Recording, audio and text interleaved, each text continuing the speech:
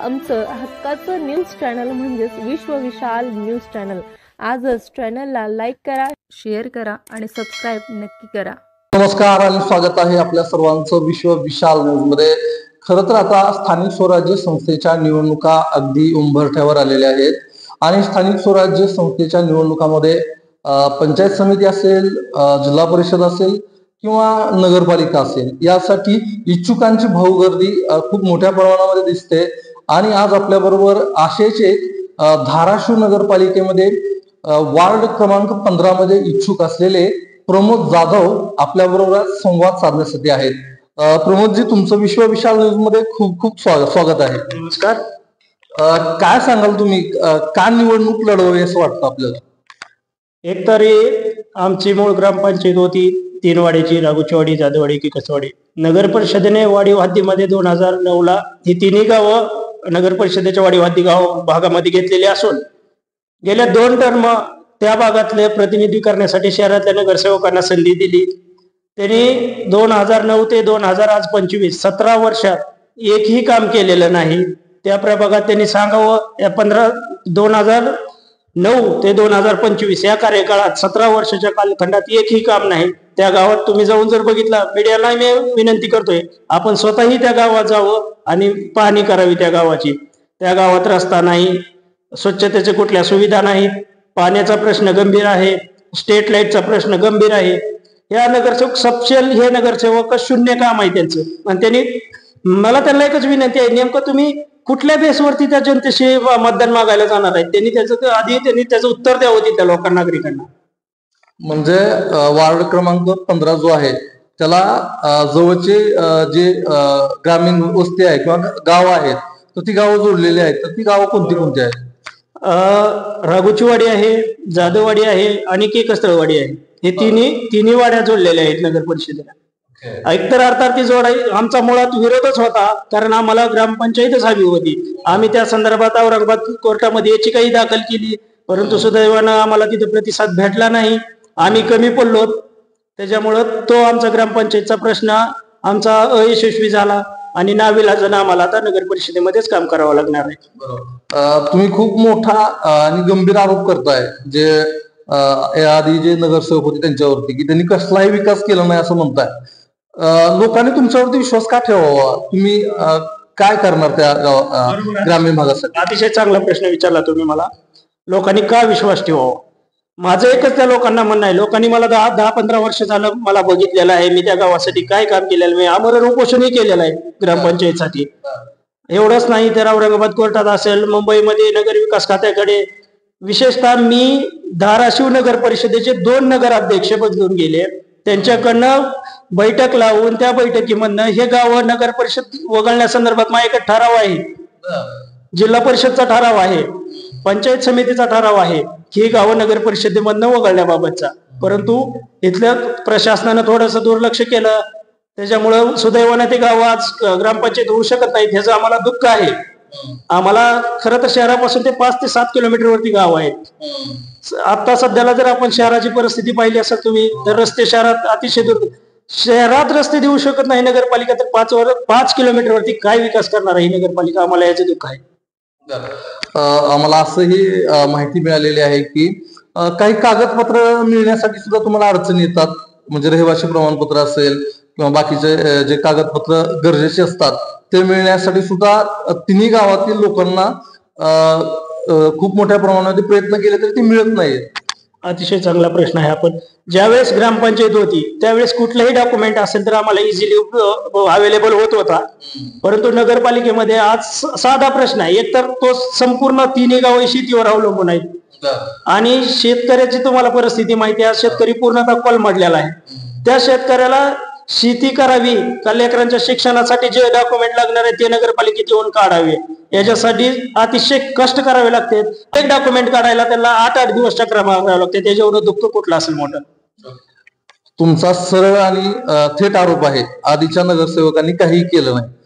ठीक आहे, कागदपत्र असतील किंवा त्या गावामध्ये ज्या अडीअडचणी येत असतील त्या सोडवण्यासाठी तुम्ही तुमच्या पातळीवरती काय प्रयत्न केले का? केले असतील तर काय केले?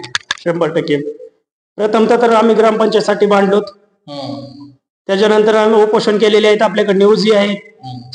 आपल्या माध्यमातूनच बरीचशी आम्ही न्यूजपेपर असतील किंवा चायना मीडिया असेल, सोशल मीडिया असेल, याच्या माध्यमातून आपण भरपूर हे केलेलं आहे आम्ही शासनाला, की बाबा शासनापर्यंत आमच्या अडचणी पोहोचाव्या यासाठी आम्ही सोशल मीडियावरती भरपूर काम केलेलं आहे आणि आमच्या अडचणी सोशल मीडियाच्या माध्यमातून त्यांच्यापर्यंत पोहोचवलेल्या आहेत, परंतु त्यांनी कुठलंही काम केलेलं नाही याच्या बाबतीत.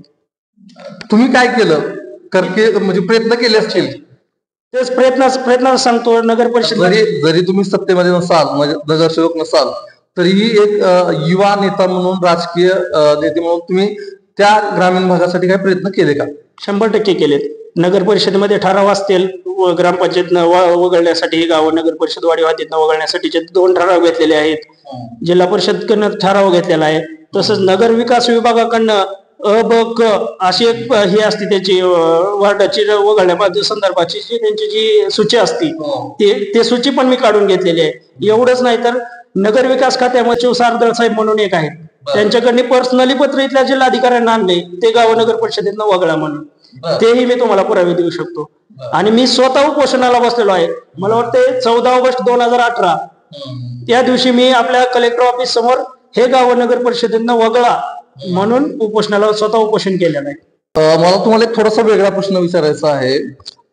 ज्यावेळेस तुमची ग्रामपंचायत होती त्यावेळेस ते शेतकरी आणि ज्यावेळेस तुमचं गाव किंवा तुमची गाव 2-3 गावं जे आहे ते नगरपालिकेमध्ये आल्यानंतर याचा शेतकऱ्याला काय नुकसान झालं का, किंवा त्यांना काय याची झळ सोसावी लागली का?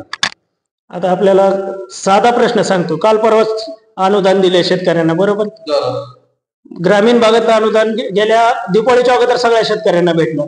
पण माझ्या वाडीव हद्दीमध्ये जेवढे 3 गाव आहेत, तुम्ही आज न्यूजच्या माध्यमातून विचारा, त्या 3ही वाड्यातल्या शेतकऱ्यांना अनुदान कधी भेटलं? शनिवारचा दिवस होता, सोमवारचा 1 दिवस बँका बंद होत्या, शनिवारी 2 वाजता पडवळ साहेब म्हणून तलाठी आहेत आपल्या इथे, त्यांच्याकडे महाग लागून त्या सगळ्या जाधववाडी असेल, रघुचवाडी असेल की कसवाडी असेल, 3ही गावातल्या शेतकऱ्याची याद्या मी स्वतः बसून 2 वाजता तहसीलदार मॅडमकडे याद्या पाठवल्या, मॅडमकडे पाठपुरावा केला. तेव्हा सोमवारी फक्त 32,000 शेतकऱ्यामधलं 17,000 शेतकऱ्याच्या अकाउंटवरती सोमवारी पैसे पडले आणि बाकीच्या शेतकऱ्याच्या आता कालच्या 31 तारखेच्या अगोदर पडले. एवढं दुःख आहे त्या शेतकऱ्यांचं ह्या वाडीव हद्दीत नगरपालिकेत आल्यापासून. दुसरा राहिला प्रश्न, गव्हर्नमेंट जे बी स्कीम शेतकऱ्यासाठी देतं ते ग्रामपंचायत थ्रू देतं, पण माझ्या भागातले पूर्णतः 3ही गावं शेतीवर अवलंबून आहेत. प्रत्येक कुटुंब शेतकरी आहे तिथं आणि त्या शेतकऱ्याचं इतकं मोठं नुकसान झालेलं आहे, त्यांना कुठल्याही गव्हर्नमेंटच्या स्कीमचा सध्याला फायदा घेता येत नाही वाडीव हद्दीत. कारण सरळ जर आपण तुम्ही तहसीलमध्ये गेलात त्यांना विचारलं तर ते सरळ सांगतात ग्रामपंचायत कोणचे, आम्ही म्हणतो नगर परिषद आहे, तर वाडीव हद्दीत त्या नगर परिषदेमध्ये आम्हाला ही स्कीम देता येत नाही, स्पष्ट सांगतात अधिकारी लोक. त्या शेतकऱ्यांनी काय करायचं आता? हा मोठा प्रश्न आहे माझा. म्हणजे शेतकरी असतील किंवा सर्वसामान्य असतील, त्यांना नगरपालिकेमध्ये आल्यामुळे नुकसान पण सोसावं लागले. ठीक आहे. माझा तुम्हाला प्रश्न असा आहे की तुम्ही आता नगरसेवक पदासाठी इच्छुक आहात आणि तुम्ही नगरसेवक झालात तर तुमची कामाची पद्धत कशा पद्धतीने असणार आहे? पहिला माझा प्रश्न तर नगरपालिकेशी, मी जे आता सांगितलं तुम्हाला शेती संदर्भाचं राहणार आहे.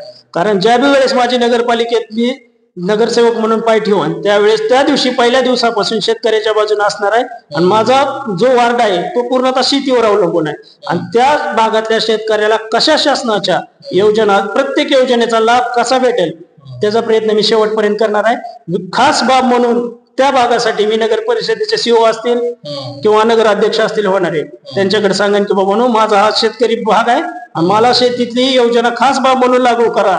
जसं ग्रामपंचायतला करताय तुम्ही, तसं ह्या भागातल्या शेतकऱ्यासाठी सुद्धा प्रत्येक योजना भेटली पाहिजे आणि त्याचा लाभ प्रत्येक नागरिकाला भेटला पाहिजे माझ्या वार्डातल्या. यासाठी उपाययोजना राबवण्यासाठी मी आग्रही असणार आहे. जाता जाता तुम्ही काय सांगाल? मी जाता जाता एवढंच सांगेन की माझ्या भागाचा, ग्रामीण भागाचा विकास करण्यासाठी मी पक्षाकडे तरी मागणी केलेलीच आहे उमेदवारीसाठी, तरी माझ्या भागाचा विकास करण्यासाठी आणि एक नवीन चेहरा, युवा चेहरा म्हणून माझ्याकडे बघावं. मी आजपर्यंत धाराशिव शहर युवा सेनेचे उपशहर प्रमुख पदी भूषवलेलं आहे, चांगल्या प्रकारे काम केलेलं आहे त्याच्यामध्ये. तसंच मध्यवर्तीचा 2012 मध्ये मी उपाध्यक्ष होतो, मध्यवर्ती शिवजयंती धाराशिवचा, त्यातही माझं चांगलं काम आहे. आणि मी एवढंच सांगेन, जास्त काय बोलणार नाही मी आपल्याशी, परंतु मला जर संधी भेटली तर निश्चितच या वार्डाचं सोनं केल्याशिवाय मी राहणार, स्वस्त बसणार नाही. आणि मला अपेक्षा आहे की माझा ग्रामीण भागातला वर्ग असेल, शहरातला मतदार वर्ग असेल, निश्चित माझ्या पाठीमागे मोठ्या ताकदीने उभं राहील अशी अपेक्षा आहे मला. आणि ते निश्चित येणाऱ्या निवडणुकीमध्ये आपल्याला सगळं न्यूजच्या माध्यमातून बघायला भेटेल. नक्कीच. तुम्ही सांगितलं की बाबा पक्षाकडनं उमेदवारी मिळेल. मला आणखी थोडासा वेगळा प्रश्न विचारायचा आहे की तुम्हाला राजकीय पार्श्वभूमी आहे का, की तुमच्या घरामध्ये कोण राजकारणी होतं का, आणि तुम्हाला राजकारणात यावं असं का वाटलं? अतिशय चांगला प्रश्न आहे. माझ्या पाठीमागे राजकीय कुठलाही वारस नाही किंवा राजकीय पदाधिकारी किंवा कोणीही नाही. राजकारणाची सुरुवातच माझ्यापासून झाली आहे मुळात आमच्या घरात. त्याच्यामुळं मी एक नवीन आणि राजकारणाचा अनुभव तरी नाही, परंतु निश्चितच येणाऱ्या काळात मी तो अनुभव घेईन आणि निश्चित चांगल्या प्रकारे माझ्या वार्डासाठी मी निश्चित चांगलं काम करेन एवढी अपेक्षा व्यक्त करतो. आणि निश्चितच येणाऱ्या काळात सर्वांना शुभेच्छा आहेत माझ्या, आपल्या न्यूजला पण, आणि मतदारातली माझ्या सर्व जनतेचा मी आभारी राहीन कायमस्वरूपी. नक्कीच, धन्यवाद. तर विश्व विशाल न्यूज वरती आज आपण प्रमोद जाधव यांच्याशी संवाद साधलेला आहे. आणि सगळ्यात महत्वाचं म्हणजे स्थानिक स्वराज्य संस्थेसाठी तुम्ही इच्छुक आहात आणि इच्छुक जर असाल तर विश्व विशाल न्यूजला नक्की संपर्क साधा. अगदी तुम्ही पंचायत समिती असेल, जिल्हा परिषद असेल, नगरपंचायत असेल, नगरपालिका असेल, म्हणजे स्थानिक स्वराज्य संस्थेसाठी जर तुम्ही इच्छुक असाल, तुमची मतं तुम्ही तुमच्या मतदारसंघासाठी काय करणार, या सर्व गोष्टी तुम्ही विश्व विशाल न्यूजच्या माध्यमातून पोहोचू शकता. त्यासाठी विश्व विशाल न्यूजला नक्की संपर्क करा. आणि आपण इथे थांबूया. धन्यवाद. तुमचं आमचं हक्काचं न्यूज चॅनल म्हणजेच विश्व विशाल न्यूज चॅनल. आजच चॅनलला लाईक करा, शेअर करा आणि सबस्क्राईब नक्की करा.